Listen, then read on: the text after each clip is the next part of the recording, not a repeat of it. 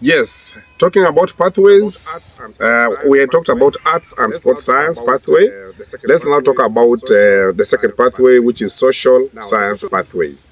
Now, the social science pathway is for people who are interested in language and literature, so the branches is what we call tracks. So track 1 is language and literature, which are subjects like literature in English, fasihi ya Kiswahili. Let me just say at that fasihi ya Kiswahili and literature in English for the first time will be optional. But remember, Kiswahili language, which encompasses grammar, writing skills, listening skills, and when I talk about writing skills, I'm talking about compositions, that one will be compulsory. You remember Kiswahili is compulsory, English is compulsory. But the literature in English and fasihi ya Kiswahili are optional. So we have those two subjects, also sign language. The other languages like Arabic, German, French, and Mandarin Chinese are in the languages and literature track. The second track is known as Humanities and Business Studies.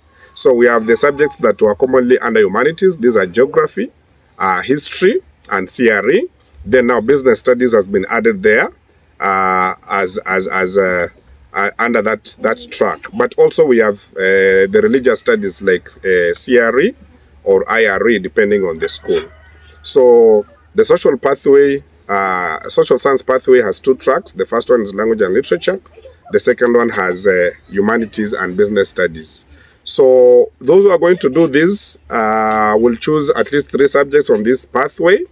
A student, for example, may opt to do literature in English or fasihi ya Kiswahili. It's not very likely that they can do literature and fasihi at the same time because the ideas are the same. And then they can choose the second subject, which will be like now history or geography. Then the third subject will be like business or history.